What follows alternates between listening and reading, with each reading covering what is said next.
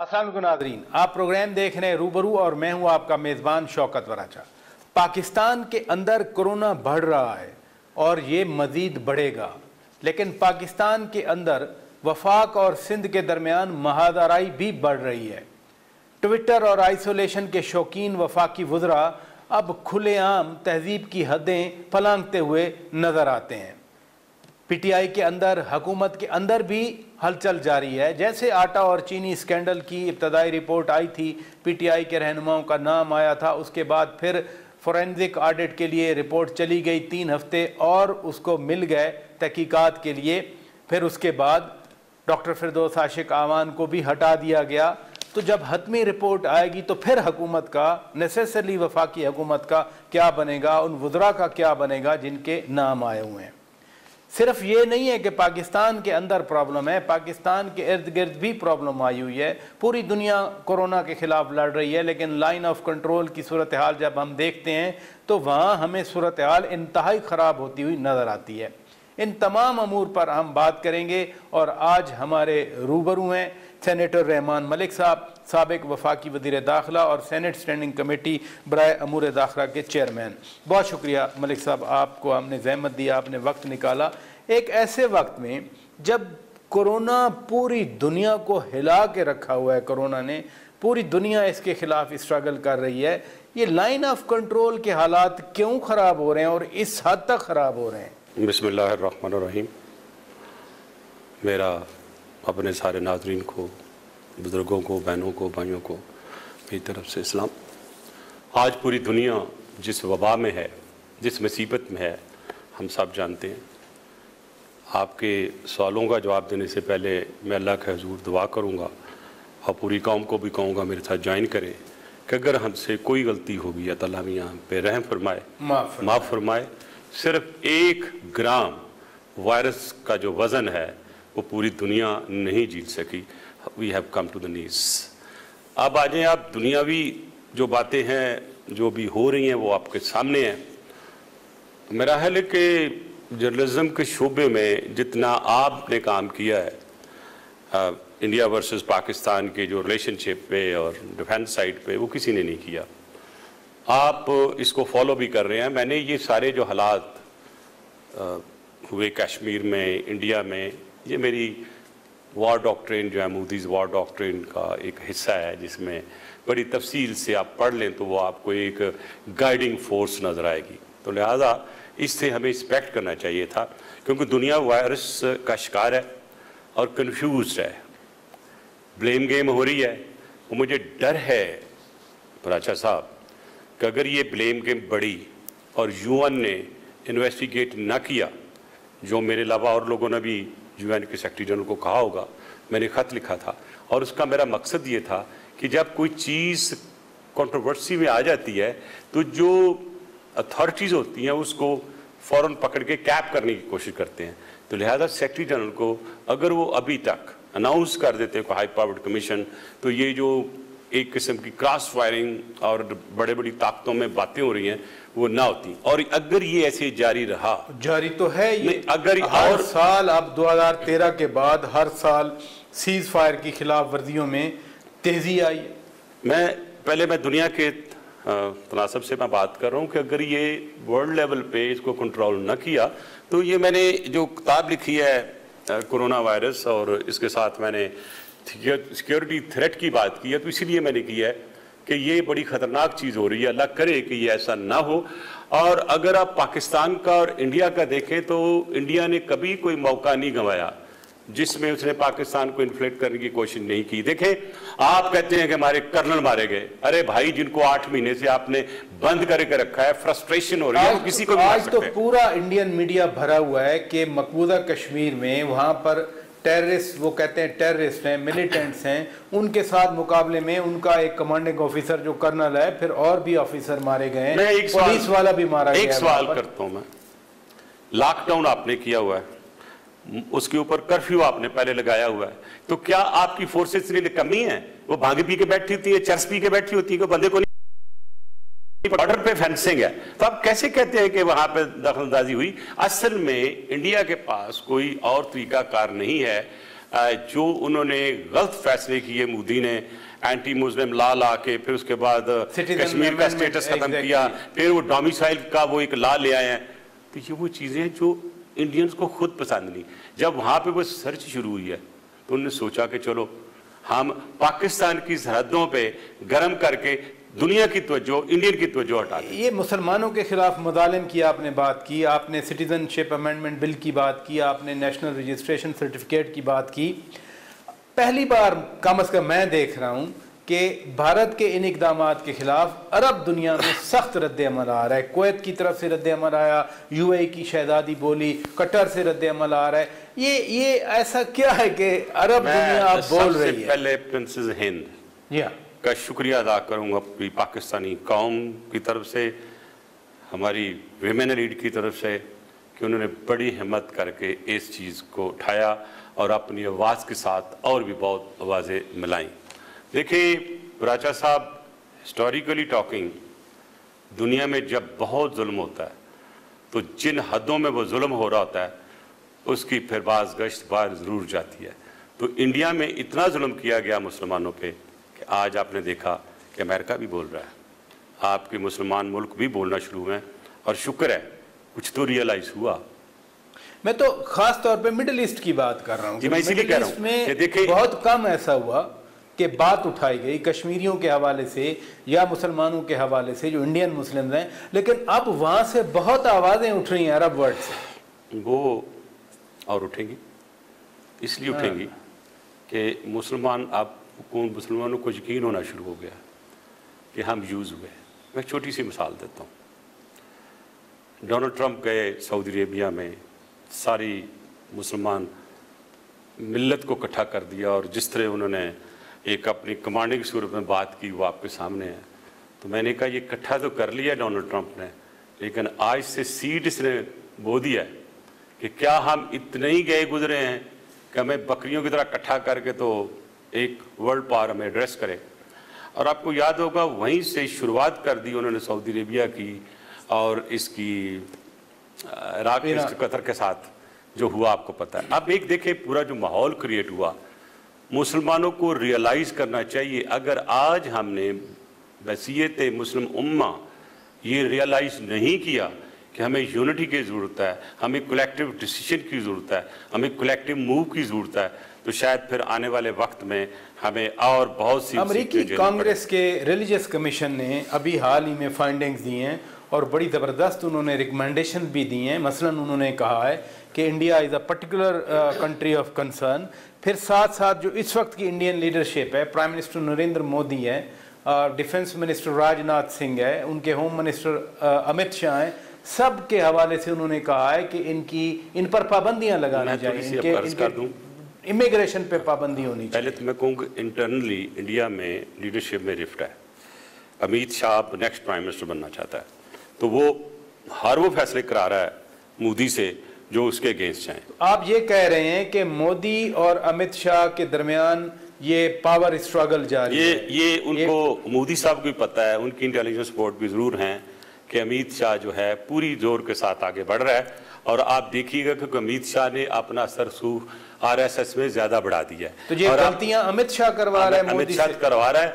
और जो आपके डिफेंस मिनिस्टर हैं, आई एम सॉरी टू से, उसकी स्टेटमेंट भी जोकर लाइक होती हैं, वो जितनी आती हैं वो एज ए डिफेंस मिनिस्टर तो मुझे लगती नहीं है। तो डेप्थ के साथ नहीं वो राजनाथ सिंह की बात, बिल्कुल वो डेप्थ के साथ तो बोलते नहीं है।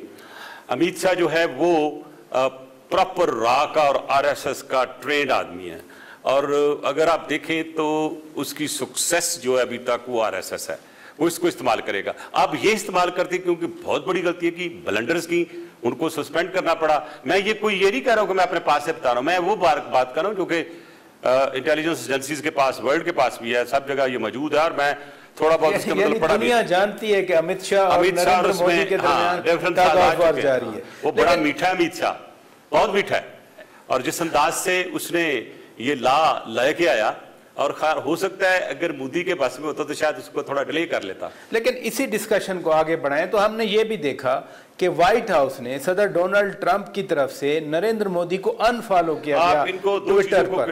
तो ये भी तो एक मैसेज है ना इंडिया के लिए। दो चीजों को इकट्ठा कर लिया। पहला जो उनकी कमेटी ने रिकमेंड किया है, जी हाँ, रिलीजियस कमेटी, जो रिलीजियस डिस्क्रिमिनेशन है वो इंडिया में बहुत ज्यादा है। जी हाँ, क्योंकि वहां की गवर्नमेंट करा रही है, इसलिए ऑफिशियल्स पे पाबंदी, इंक्लूडिंग मोदी, इंक्लूडिंग अमित शाह, उन्हें पता क्या हो रहा है, इन पे पाबंदी लगा दी जाए। तो ये आज से जो 10 साल पहले शुरू हुआ था, जिसमें मोदी साहब को उन्होंने 10 top wanted extremist, Gujarat massacre के बाद, मुसलमानों के कत्लेआम जो गुजरात में हुआ उसके बाद, वक्त के साथ साथ आपने देखा कि वही टेररिस्ट, वही एक्सट्रीमिस्ट लाडला बन जाता है, इतना लाडला बनता है कि गोद में बैठा हुआ बड़े प्यार से खेलता हुआ नजर आता है। अब आपने बात की है ट्विटर को अनफॉलो करने के लिए। वेल, आप एक आम आदमी कहेगा कि व्हाइट हाउस से अनफॉलो करना इंडिया को बहुत बड़ी बात है, उसके प्राइम मिनिस्टर को, उसके इंटीरियर मिनिस्टर को। लेकिन मैं थोड़ी सी हिस्ट्री में जाता हूँ। कोई ऐसी ही सिचुएशन थी जब हेनरी किसिंजर बातचीत कर रहा था पाकिस्तान से 1971 से पहले या 70 के एंड में, और हम बड़े खुश थे, अमेरिका हमारे साथ है, अगर इंदिरा गांधी ने कोई स्टेप लिया तो अमेरिका हमें आगे बचा लेगा, फलाना सातवां बैरी बेड़ा चला हुआ था, एक मिसकम्युनिकेशन, एक मिसअंडरस्टैंडिंग चली थी। लिहाजा इस अनफॉलो को जब तक मैं डिटेल से स्टडी ना करूं और उस चीज़ को उस तनाज़ुर में ना देखूं, कहीं ऐसा तो नहीं है कि कोई बड़ी गेम पाकिस्तान के खिलाफ बनाई जाए और ये इंप्रेशन दिया जाए कि वर्ल्ड पार जो है, तो मैं एक सिक्योरिटी एनालिसिस के तौर पे सोच रहा हूँ कि ये कोई गेम बन रही है और कल हम कहें अमेरिका को कि ये गलत कर रहा है, तो उन्होंने कहा जी हमने तो उनको प्राइम मिनिस्टर को भी अनफॉलो कर दिया था। लिहाजा एक चीज़ मैं मैं आगे थोड़ा नहीं, बहुत ज़्यादा कॉशियस होना चाहिए, क्योंकि जो सिंड्रोम है ना मोदी के ज़हन में, वो है सर्जिकल स्ट्राइक का, और सर्जिकल स्ट्राइक के लिए वो कुछ ना कुछ हरकत करेगा या कर सकता है। अब फैसला ये कि क्या वो सर्जिकल स्ट्राइक किसी शहरी इलाके में करता है या किसी दरख्तों में बम फेंक के जाता है या वो कोई न्यूक्लियर या किसी टारगेट करने की कोशिश कर रहा है। तो मैं उसको एक चीज़ मान कर दूं, आपने नॉलेज और इंफॉर्मेशन के बेस पे कि मोदी साहब आपका अगर कोई जेट, अगर कोई मिसाइल आप उसके अंदर ट्रिगर करेंगे तो हमारे नोटिस में आएगा और हमारा सिस्टम ऑटोमेटिकली उसको न्यूट्रलाइज कर देगा, और जो आपके साथ होगा और जो इंडिया के साथ होगा आप सोच भी नहीं सकते। लिहाजा मैं वार्न करता हूं इंडिया को कि इस माहौल में जबकि हम कोरोना के खिलाफ जंग लड़ रहे हैं, आप कोई ऐसी वेंचर ना करें जो इंडिया को तबाही के दाने पे ले जाए। Very strong by the grace of God. मुझे ब्रेक लेने, नादरीन ब्रेक के बाद जब वापस आएंगे, मलिक साहब इन्वेस्टिगेटर भी हैं, मलिक साहब एक पॉलिटिशियन भी हैं, हम पाकिस्तान के अंदर जो वाकयात और हालात हो रहे हैं उन पर बात करेंगे ब्रेक के बाद। वेलकम बैक नादरीन, आज हमारे रूबरू हैं सेनेटर रहमान मलिक साहब, साबिक वफाकी वज़ीर दाखिला। मलिक साहब, आप एक लीडिंग इन्वेस्टिगेटर रहे हैं, मैं थोड़ा सा आपकी जो इंसाइट है इनटू इन्वेस्टिगेशन में उसके हवाले से ये जानना चाह रहा हूँ। प्राइम मिनिस्टर ने 4-5 अप्रैल को ऐलान किया कि चीनी और आटा स्कैंडल की तहकीकात वो करवाएंगे। 25 अप्रैल का उन्होंने कहा कि रिपोर्ट आ जाएगी, फॉरेंसिक ऑडिट हो रहा है। फिर फॉरेंसिक ऑडिट हम 25 को इंतज़ार करते रहे, काबीना ने मंजूरी दे दी, 3 मजीद हफ्ते दे दिए उस कमीशन को। ये फरमाइए कि वाकई तहकीकात इतनी लंबी हो सकती हैं? सबसे पहले तो मैं थोड़ी सी क्लैरिफिकेशन दे दूं आपको राजा साहब, इस स्मगलिंग का और इस एक्सपोर्ट का मैंने सुओ मोटो लिया हुआ है, ठीक है, और ये प्राइम मिनिस्टर की स्टेटमेंट से पहले का है, ठीक है, और वो लेटर भी मौजूद है, जाते वक्त कापी ले जाइएगा, ठीक है, और वो मेरा हक बनता है, मेरी कमेटी का हक बनता है, वो तो हम अपने तौर पे इन्वेस्टिगेट करेंगे, और वो जो रिपोर्ट होगी वो भी इंशाल्लाह पब्लिक होगी। जहां तक इस इन्वेस्टिगेशन का तल्लुक है, FI has got the authority to investigate any matter which is concerned to the federation, या फेडरेशन को नुकसान हो रहा हो या कहीं फेडरेशन में करप्शन हो। अगर सेक्शन 5 के तहत उन्होंने इंक्वायरी रजिस्टर की है तो उसको कल्मिनेट करना into a case or closure, दोनों में से एक चीज होगी जो लॉ है। क्लोजर तो हो नहीं सकता। हाँ, मैं बताता हूँ। क्वेश्चन ये है कि करना भी है तो वो बताएंगे क्यों कर रहे हैं। जी हाँ। अब जो फोरेंसिक की बात हुई, एक अदना इन्वेस्टिगेटर की हैसियत से मैं ये सोचता हूँ कि जब FIA को इन्वेस्टिगेट करने के लिए कहा तो उन्होंने कानूनी तौर पे सेक्शन 5 लगाया होगा। मैंने रिपोर्ट कोई नहीं देखी अभी, इसलिए मैं उस पर मेरिट्स डिमेरिट्स पे नहीं जाऊँ। ठीक है, जब उन्होंने इन्वेस्टिगेशन शुरू की होगी सेक्शन 5 के तहत, तो जब आप इंक्वायरी शुरू करते हैं तो पहले पूछते हैं भाई इसकी फोरेंसिक क्या है, आप किस नतीजे पे, इस नतीजे पे पहुंचे हैं कि इसमें धांधली हुई है, इसमें करप्शन हुई है, इसमें इरेगुलरिटीज हुई हैं। तो मैं समझता हूँ वो पीरियड जो इन्वेस्टिगेशन के इंक्वायरी रूल्स के तहत वो कंप्लीट हो जाना चाहिए था। हाँ, अगर वो समझते हैं कि इसकी इंक्वायरी उस हद तक हम इन्वेस्टिगेट नहीं कर सके जिसको कि हम एक प्रॉपर FIR की सूरत में ला सके अंडर करप्शन एक्ट और जो रेलिवेंट स्पेशल लॉज है। ये जो पहले रिपोर्ट आई और फिर कहा गया कि फॉरेंसिक ऑडिट हो रहा है, इसमें क्या फर्क होता है? देखिए, मेरा ख्याल है फॉरेंसिक ऑडिट जो है वो तो एक फाइनेंशियल टर्म उन्होंने ले आए हैं। FIA में तो इन्वेस्टिगेशन होती है एग्जैक्टली और वो कहते हैं भाई ये है या नहीं है, अगर है तो ये है। फिर आपने जब कोर्ट में चालान जमा कराना होता है तो बेसिकली केस रजिस्टर करने के बाद आयोग कहता है कि मैंने इस इंक्वायरी को कन्वर्ट कर दिया केस में, लिहाजा मैं प्रोसीड कर रहा हूं, मेरा नाम ये है और मैं आगे ले जा। इंक्वायरी में कुछ एनॉमलीज भी सामने आई। मसलन जो कंप्लेनेंट्स हैं जिनके खिलाफ इंक्वायरी हो रही है वो भी अपना केस ले आए कि मुल्क में 80 से ज्यादा शुगर मिले हैं, सिर्फ 9 के खिलाफ तहकीकात हो रही हैं, 9 की फिजिकल वेरिफिकेशन हो रही है। जब कोई ओपन इंक्वायरी होती है तो उस इंक्वायरी में पाकिस्तान का कोई फर्द जो है वो उसमें जा सकता है, अपना पॉइंट ऑफ व्यू दे सकता है, कोई और शहरी भी दरखास्त दे सकता है। मेरा सवाल डिफरेंट है। अगर वो गए हैं तो कोई बड़ी बात नहीं है। नहीं, मेरा सवाल डिफरेंट है। मेरा सवाल है कि इंसाफ के तकाज़ों को पूरा करने का, मसलन या तो सारी शुगर मिलों पे छापे मारे जाएं, सबका ऑडिट किया जाए, सबसे पूछा जाए। ये जो सिलेक्टिव है, सिर्फ 9 शुगर मिलों में गए थे जब ये इंक्वायरी हो रही थी। आज का मुझे नहीं पता और कितनी शुगर मिलों हमारे लेवल में, जब हमारे वक्त में थी इन्वेस्टिगेशन होती थी तो DG को पता होता था, ADG को पता होता था, कंसर्न डायरेक्टर और जो IO होता था वो एक रिपोर्ट समरी बना के मिनिस्टर के पास या सेक्रेटरी इंटीरियर के हद तक जाती थी। वो पॉलिटिकल लेवल पे इस पर ज़्यादा बात नहीं होती थी। आई एम सॉरी टू से, अब ये इतनी पोलिटिसाइज हो चुकी है, वो अगर कल को ना कुछ हुआ तो कहेंगे NR हो गया, मैं इसीलिए हुआ तो फिर इनके लिए मैं समझता हूँ कि जो गवर्नमेंट है इसको 22 सिचुएशन में पहुंच चुकी है, यानी गवर्नमेंट खुद फंस गई है। तो गवर्नमेंट में फंसने की वो बात तो क्रेडिट ले रहे हैं कि हमने, वो क्रेडिट लेते हैं कि जी हमने तारीख में पहली बार इंक्वायरी करवाई था। बेशक हमारे अपने लोग भी, मैं किसी को कंट्रोडिक्ट या ब्लेम गेम नहीं करना चाहता, लेकिन FI की इंक्वायरी जब होती है तो बेसिकली वो लॉ के तहत होती है और जो चीज़ कानून के तहत होती है उसको तो पब्लिक होना ही होना होता है। तो इसमें क्रेडिट नहीं लेना चाहिए क्योंकि कल को यही क्रेडिट के लिए गले पड़ जाएगा। तो क्यों सोचते हैं ऐसी बात?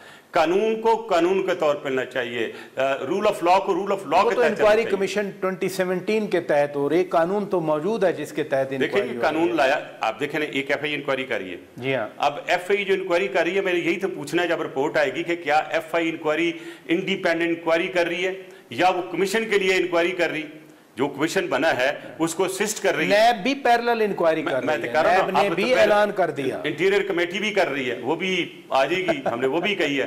तो एक चीज, चलो हमारा तो पार्लियामेंट्री रोल है कि हमने सुपरवाइज करनी है इन्वेस्टिगेशंस, हमने सुपरवाइज करना है पाकिस्तान के डिफरेंट सिस्टम को। जब हम बैठे हुए हैं तो हमारा तो किसी को टारगेट नहीं करना, हमने देखने फैक्ट हुए, कानून अप्लाई हुआ, किसी को छोड़ा तो नहीं गया, कोई चीज ऐसी तो नहीं हुई जो कल को कोर्ट में के लिए प्रॉब्लम होगा। बट आई थिंक कि इसको कानून हैंडल करने वाले इदारों को पास रहने दें और इस पे हाशियाराई और फसाने नहीं लिखने चाहिए। नहीं, वो तो खुद कहते हैं ना, देखें ना सिर्फ वज़रा कहते हैं, प्राइम मिनिस्टर साहब भी बार बार कहते हैं कि जी मैं नहीं छोड़ूंगा जिन्होंने मसनूई महंगाई की। केस भी यही है कि मसनूई महंगाई का केस बना जब मार्केट में प्राइस बढ़ गए, यानी 1 किलो में कोई 35 रुपए तक का इजाफा हुआ जिसका नोटिस लिया गया, और वो कहते हैं कि मसनूई किल्लत पैदा की गई क्योंकि ECC और कैबिनेट ने एक्सपोर्ट की इजाज़त दी, तब जाके मसनूई किल्लत पैदा हुई। देखिए प्राचा साहब, आपने बड़ी अच्छी बात की है और सवाल भी बड़ा वैलिड है कि महंगाई हो गई, सब कुछ हुआ। आप सेनेट के हाउस का रिकॉर्ड उठाइएगा, मैंने सिर्फ इसके लिए नहीं बल्कि इतनी सब्सिडी जितना सर्कुलर डेट था, मैंने कहा ये सारा फ्रॉड है, it's being paid to the people, और ये सिर्फ ये गवर्नमेंट नहीं, सब गवर्नमेंट ने दिया है। जो इन्फ्लुएंशियल लोग होते हैं उनसे फ़ायदा उठाते हैं। तो मैं तो चाहूँगा कि पूरी की पूरी इन्वेस्टिगेशन हो के जिन्होंने इससे फ़ायदा उठाया उनके खिलाफ एक्शन होना चाहिए। अब कहना कि मैं नहीं छोड़ूंगा, जब एक इन्वेस्टिगेटर लॉ के तहत बात करता है और अगर जो चीफ एग्जीक्यूटिव या पॉलिटिशियन बात करता है कि मैं नहीं छोड़ूंगा, इसका मतलब ये कि मैं इंश्योर कराऊंगा, ऐसे उसमें देखे ना फिर वो इंटरफेरेंस आ जाती है। नहीं, वो पॉलिटिकल विल का भी तो इजहार करना विल होना एक अलग बात है, वो जनरल कह सकते हैं। एक पर्टिकुलर केस पे आप अपनी पॉलिटिकल विल नहीं कह सकते, क्योंकि अगर कल को नहीं हुआ तो ये इल्जाम लगेगा एनआरओ का इन पे। मेरी बात सुने, मैं बड़ी दूर की बात बता रहा हूँ। इसलिए हमेशा पॉलिटिशियन जब स्टेटमेंट देता है, खास तौर पे इदारों के सिलसिले में या किसी कानूनी नुक्ते पे, तो बड़ा सोच समझ के बड़ा वे करके देता है। तो लिहाजा मैं एडवाइस करूंगा हुकूमत को कि जो कानूनी इन्वेस्टिगेशंस हो रही हैं उसमें आपके एडवाइजर जो सियासी कहते हैं वो ना कहें, ये आपके लिए सारी इश्यूज होंगे। नहीं, वो आप सिर्फ एडवाइजर की बात कर रहे हैं। अभी कल ही वफाकी वजीर रेलवे अपनी पार्टी के सरबराह हैं शेख रशीद अहमद ने तो कह दिया कि ईद के बाद नैब फिर एक्शन में आ रहा है, टार्जन की वापसी हो रही है। क्या वाकई मैसिव गिरफ्तारियां होने वाली हैं? देखिए, शेख रशीद साहब बड़े अच्छे दोस्त हैं मेरे। मैं जब ईडी था उस वक्त जानता हूँ, उनका एक अपना स्टाइल है, अवामी स्टाइल है, क्योंकि सवाल भी उन्होंने किया, खुद जवाब भी उन्होंने दे दिया। पेश की खबर तो मेरा लिए वो खबर आप उनसे पूछे तो बेहतर होगा, मैं अपने आप को इसमें इंडल्ज नहीं। मैं इन्वेस्टिगेटर की हैसियत से ये सारे सवाल पूछे। इसी आटा चीनी बहरान का नैब ने भी तहकीकात, आपकी कमेटी भी कर रही है और FIA इंक्वायरी कमीशन के तहत वो भी कर रही है, तो फिर कुछ ना कुछ तो निकलेगा ना मलिक साहब। में कहीं टार्जन का लफ्ज़ किसी जगह मेंशन नहीं है, तो वो एक सियासी स्टेटमेंट है। मैं उसको सियासी स्टेटमेंट समझते हुए अगली दफ़ा ईद के बाद आप ये सवाल उनसे करें कि क्या होगा। लेकिन मुझे जो हालात व वाक़यात नज़र आते हैं जो बढ़ रहे हैं, मुझे कोई सिचुएशन कोई ठीक नहीं चल रही, मुझे बम्पी फ्लाइट नज़र आ रही है। मुल्क की सियासत की या केसेस की? मुल्क की सियासत। जब आप बम्पी फ्लाइट कहते हैं क्या मतलब है आपका? जब बम्पी फ्लाइट होती है सारे हिलते हैं ना, सबको तकलीफ होती है, परेशानी होती है, फियर आता है, और फिर उस खुदा न खास्ता क्रैश लैंडिंग तो नहीं हो रही। फ्लाइट में ज़्यादातर के जो जहाज अब लैंड करा लिया जाता है, तो आप देखते हैं कि ये बम्पी फ्लाइट कोई जहाज लैंड होता है जो भी कुछ को चला रहा है। यानी आप हुकूमत की बात कर रहे हैं? मैं जी हुकूमत पूरी की बात। यानी लैंड करने का मतलब होता है जहाज उतार लिया गया। जहाज देखे ना, वो डिसीजन क्या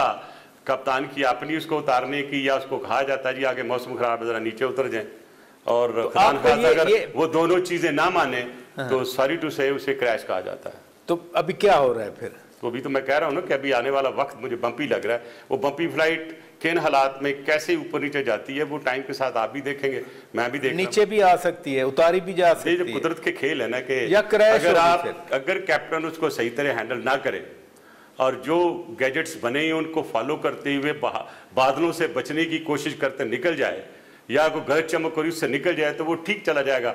तो अगर उसने फैसला कर लिया कि मैंने बिजली से भी गुजरना, मैंने बादलों से भी गुजरना, तो फिर ज्यादा। तो अभी कप्तान आपको क्या करता नजर आता है? मैं उस कप्तान की नहीं बात कर रहे जिसको आप इशारा कर रहे हैं, मैं उस जहाज की बात कर रहा हूँ जो इस वक्त मौसम में फंसा हुआ है। तो हम भी हुकूमत की बात कर रहे हैं ना, बात तो हुकूमत से। मैं उसी पे आ रहा हूँ ना। अब ये फैसला उस कैप्टन का है कि वो अपनी फ्लाइट को कैसे हैंडल करके वक्त पे जो उसका मुतय्यन है। नीचे कंट्रोल टावर वाले क्या कह रहे हैं, नीचे उतारो क्या करो? ये मुझे नहीं पता। कंट्रोल टावर तो बगैर उसके जहाज चल ही नहीं सकता। तो मैं यही तो मजबूर है उनको कहने के लिए कि भाई ये आगे मौसम खराब है, टेम्परेचर इतना है, बिजली इस तरफ चमक रही है, काले बादल इधर है, अगर आप गहरे बादलों में जाएंगे तो जहाज की में थंडर स्टॉर्म का भी खतरा है। तो वो तो उनकी ड्यूटी है, और वो ड्यूटी तो वो वहां इंजीनियर बैठा अंदर उसकी भी है। तो देखते हैं कि इनका अंदर का बैठे वाला इंजीनियर जो बाहर की इंस्ट्रक्शन आ रही है उनको कैसे फॉलो करता है। नाज़रीन, बड़ी अहम बात कर दी मलिक साहब ने कि ये फ्लाइट अब बम्पी हो चुकी है। अल्लाह ताला खैर करे। ब्रेक लेते हैं, ब्रेक के बाद जब वापस आएंगे वफाक और सिंध के हवाले से मैं ज़रूर चाहता हूँ मलिक साहब की राय ली जाए। ब्रेक के बाद बात करें। वेलकम बैक नाज़रीन, आप रूबरू प्रोग्राम देख रहे हैं और आज हमारे रूबरू हैं साबिक वफाकी वज़ीर दाखिला सेनेटर रहमान मलिक साहब। मलिक साहब, गुज़श्ता रोज़ आपकी एक और किताब की रुनमाई थी, तकरीब रुनमाई, बुक लॉन्चिंग हुई आपकी किताब की। आपने बड़ी इंपॉर्टेंट बात की इस मौके पर। आपने कहा कि फेडरल गवर्नमेंट इल्ज़ाम तराशी करने की बजाय इत्तेहाद पैदा करने की कोशिश करे।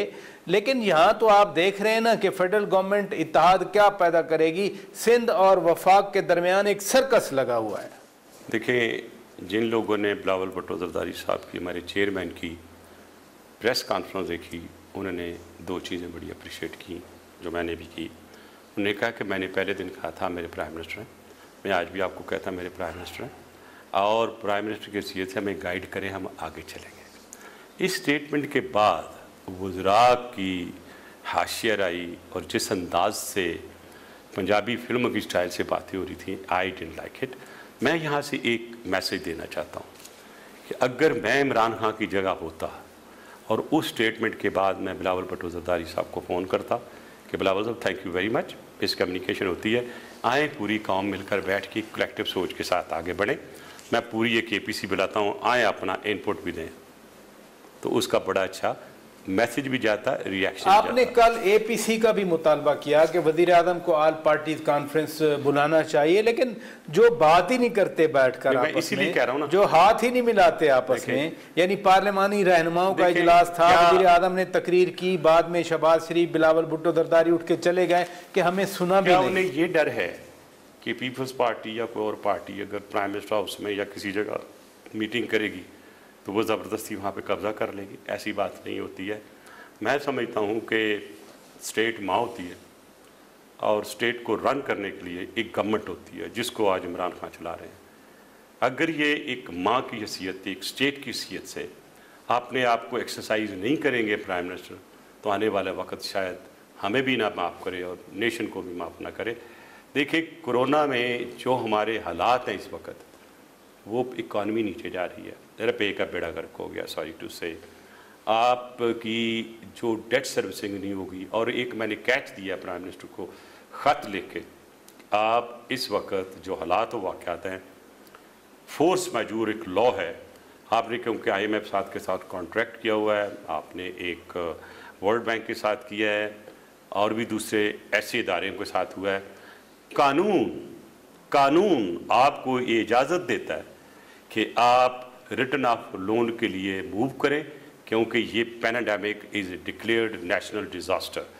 और उस लॉ के मुताबिक तो प्राइम मिनिस्टर ने भी लिखे, खत तो फॉरेन मिनिस्टर ने भी लिखे, लोगों से टेलीफोन पर बातें भी की। नहीं, मैं बिल्कुल डिफरेंट कर रहा हूँ। ये है वो जस्ट सॉरी कॉस्मेटिक ना करें, सीधा IMF को लेटर ये लिखें कि इस वक्त corona virus has been declared as a pandemic और ये एक नेशनल डिजास्टर है और ये सेक्शन है फोर्स मैजूर का, इसके तहत हम आपको पैसे नहीं देंगे। ये contract should be treated as a null and void using legal word. This contract should be declared. International law में हम ऐसा कर सकते हैं। मैं क्या, उसकी मैंने पिटीशन भी बना दी। वो तो और भी पैसे दे रहे हैं। अभी उसमें भी आ जाता हूं ना, हम लोग बड़े भोले हैं, हम एकदम आ जाते हैं चीजों में। जब आपके पास सारी चीज को रिटर्न ऑफ करने के लिए कानून मौजूद है, और अगर ये नहीं होता तो नहीं कि हम अगले 20 साल तक तो डॉक्टर हफीज शेख, मेरी पहले उनका इंटरनेशनल एक्सपीरियंस है, डॉक्टर बाकिर रजा इंटरनेशनल एक्सपीरियंस है, वो ये चीजें नहीं जानते। मेरी अर्ज सुन लेना, पहले मैं जरा पूरा कर लूं कि मैं एक इन्वेस्टिगेटर हूं, मैं इन्वेस्टिगेटर की नजर से देखता हूं, कानून को भी उसी नजर से देखता हूं। मेरे हिसाब से अगर IMF हमें रिफ्यूज करे, नहीं करते, तो अगला स्टेप हमारा ICJ है, इंटरनेशनल कोर्ट ऑफ जस्टिस, कि ये हमारी सेक्शन थी, ये पैंडेमिक आ चुकी है, हमारे जितने भी रिसोर्सेज थे जिससे हमने जनरेट करना था, सारा रेवेन्यू खत्म हो चुके हैं, ड्राई हो चुके हैं, लिहाजा हम इनको पे नहीं कर सकते। तो दो ऑप्शन, पूरा राइट ऑफ करें, अगर पूरा राइट ऑफ नहीं करते तो 20 ईयर्स की हमें रिलीफ दे दें, हम इनको कुछ नहीं देंगे। देखें, ये कानून है, और अगर हुकूमत मुझसे चाहती है मदद, मैं आगे लीड करने के लिए तैयार हूँ। वैसे पाकिस्तान 12 महीने की तो 12 महीने का जो डेट रिटायरमेंट है, 12 महीने का लैप्स तो मिल गया। नहीं अभी बात सुने, ये कोई रिलैक्सेशन नहीं, आपने तो अगले 15 साल कवर नहीं कर सकना जो हालात वाकयात हैं। ये आपको एंगेज करने के लिए, क्योंकि किसी ने कहा होगा उनके लॉयर्स ने कि इनके पास ये ऑप्शन है कि ये राइट ऑफ के लिए जा सकते हैं, उन्होंने कहा थोड़ा थोड़ा दो, तो अब उनको $2 अरब थोड़ा थोड़ा दे के इनको एंगेज रखो। Please don't fall in their trap, go straight way for the return of loans. आपको लम्हा मदद करेंगे और कानून भी मदद करेगा, पूरी कौम आपके साथ है। रही तलक सर उन लोगों की जिनकी बात कर रहे हैं, हफीज शेख शायद वो नहीं है उनमें से, बाकी आपके टीम के 90% लोग जो काम कर रहे हैं वो वर्ल्ड बैंक के अभी भी रिकॉर्ड में हैं, वो IMF के भी पेरोल पे हैं। तो मुझे बताएं, जब उनके एम्प्लॉई आगे काम करेंगे तो कभी आपने वो नोट लिखेंगे कि IMF के लोन जो है रिटर्न ऑफ कर दें, वर्ल्ड बैंक का लोन रिटर्न ऑफ कर दें? जो झगड़े की वजह बनती है वो प्राइम मिनिस्टर इमरान खान का शुरू से ही ये ज़हन है कि मजदूरों के लिए, दिहाड़ीदारों के लिए किसी ने नहीं सोचा। सिंध गवर्नमेंट ने लॉकडाउन कर दिया, उन्होंने सिंध गवर्नमेंट का नाम नहीं लिया था, वज़रा ने ले दिया कि अशराफिया से मुराद सिंध गवर्नमेंट है। तो मजदूरों के लिए, दिहाड़ीदारों के लिए, खांचा फरोशों के लिए लॉकडाउन में अल्टीमेटली नरमी करना तो पड़ेगी, यही वज़ीर आज़म इमरान खान कहते हैं। बड़ी सिंपल बात है, मुझे पूरी जो इस वक्त गवर्नमेंट है लॉकडाउन की डेफिनेशन बता दें। लॉकडाउन का मतलब लिटरली आप देख लें, टोटल डिस्क्लोजर, टोटल क्लोजर। जब आप सेमी लॉकडाउन करते हैं तो ऐसे ही है कि एक बर्तन में पानी डाल दें, नीचे थोड़ा हल्का छेद कर लें, सुबह देखेंगे आप कहेंगे कि क्या पानी है कि नहीं, वो नहीं होगा। लॉकडाउन करने से पहले जो प्राइम मिनिस्टर की बात है उसको वो कवर कर सकते हैं, बना सकते हैं कि आप अपना स्ट्रेटेजाइज करेंगे, कितने मजदूर हैं हमारे पास, कितने आपके पास दुकानदार हैं, उनको फाइनेंशियल पैकेज दे के कैसे हम उनकी ज़िंदगी को चला कंपनसेशन कर सकते हैं। सारे मजदूरों को कंपनसेशन दे देनी चाहिए।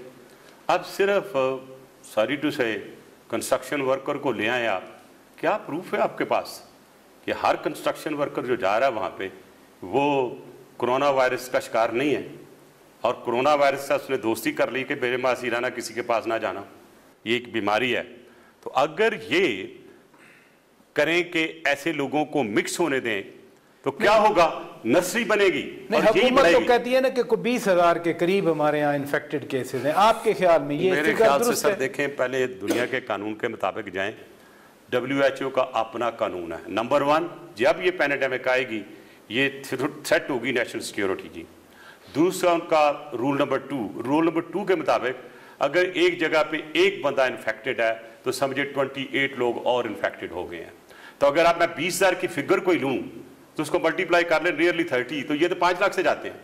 देखिए आपका टेस्ट ही नहीं हुए। होल्ड ऑन सर, क्या पाकिस्तान में 5 लाख इन्फेक्टेड? मेरी एस्टिमेशन है कि ये बहुत ज्यादा है, क्योंकि हमने टेस्ट ही नहीं किए। आपने 1.5 लाख टेस्ट किया है, उसमें भी 20,000 है। तो अगर आप 2 करोड़ करेंगे तो कितने निकलेंगे? और 22 करोड़ करें तो कितने निकलेंगे? तो क्या रफ एस्टिमेट है आपके जाती? मेरे हिसाब से एज ऑफ टुडे अगर मैं दोनों कानूनों पे जाऊं, जो वर्ल्ड हेल्थ का है और जो साइंटिस्ट कह रहे हैं, तो ये मिनिमम 100,000 है। 2 लाख से ज्यादा है पाकिस्तान। बिल्कुल है, चेक कर ले। बहुत शुक्रिया। सेनेटर रहमान मलिक साहब हमारे साथ नाजरीन बात कर रहे थे और कॉन्क्लूजन ज़्यादा खौफनाक उन्होंने बता दिया कि जो फिगर्स हैं पाकिस्तान में ये बहुत कम है, इन्फेक्टेड केसेस इनसे कहीं ज़्यादा है, 2 लाख हैं या ऊपर हैं, लेकिन कम से कम ये एक अलार्मिंग फिगर है पाकिस्तान। लेकिन मेरी दुआ है कि अल्लाह जीरो कर दे इसको बस। आमीन। नाजरीन, अपने मेज़बान शौकत पराचा को इजाज़त दीजिए। खुदा हाफिज़।